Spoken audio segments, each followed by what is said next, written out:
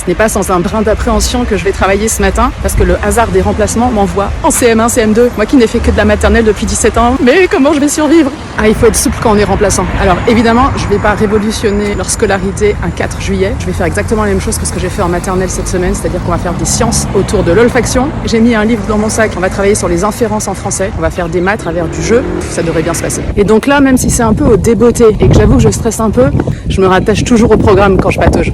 Et surtout, j'ai pas peur des ratés. Il va peut-être y avoir des cafouillages pendant la journée. Il faudra juste que je prenne la température de la classe et que je m'adapte en fonction. Objectif de ma journée en cycle 3, qu'ils s'éclatent et qu'ils kiffent l'école.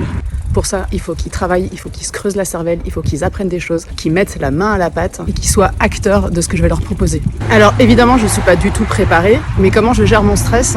Eh bien, je me dis que je vais tout simplement réajuster en permanence mes objectifs et mes attentes. C'est comme ça que je me prépare. Je vais proposer des exercices à mes élèves, je ne connais pas leur niveau, je ne les connais pas. Ça fait des années que je n'ai pas été en CM2. On va faire du questionnement de la langue, de la compréhension de texte, on va parler de démarche scientifique et résoudre des problèmes en mathématiques. Je ne peux pas me tromper si je vise tous ces domaines et que je m'ajuste en permanence. Oh miracle, je suis à l'heure. Suite et fin de cette vidéo pendant les vacances. Demain, bonnes vacances à tous les profs et à très bientôt. Oh surprise, ce sont des CE1. Ok, donc, adaptation.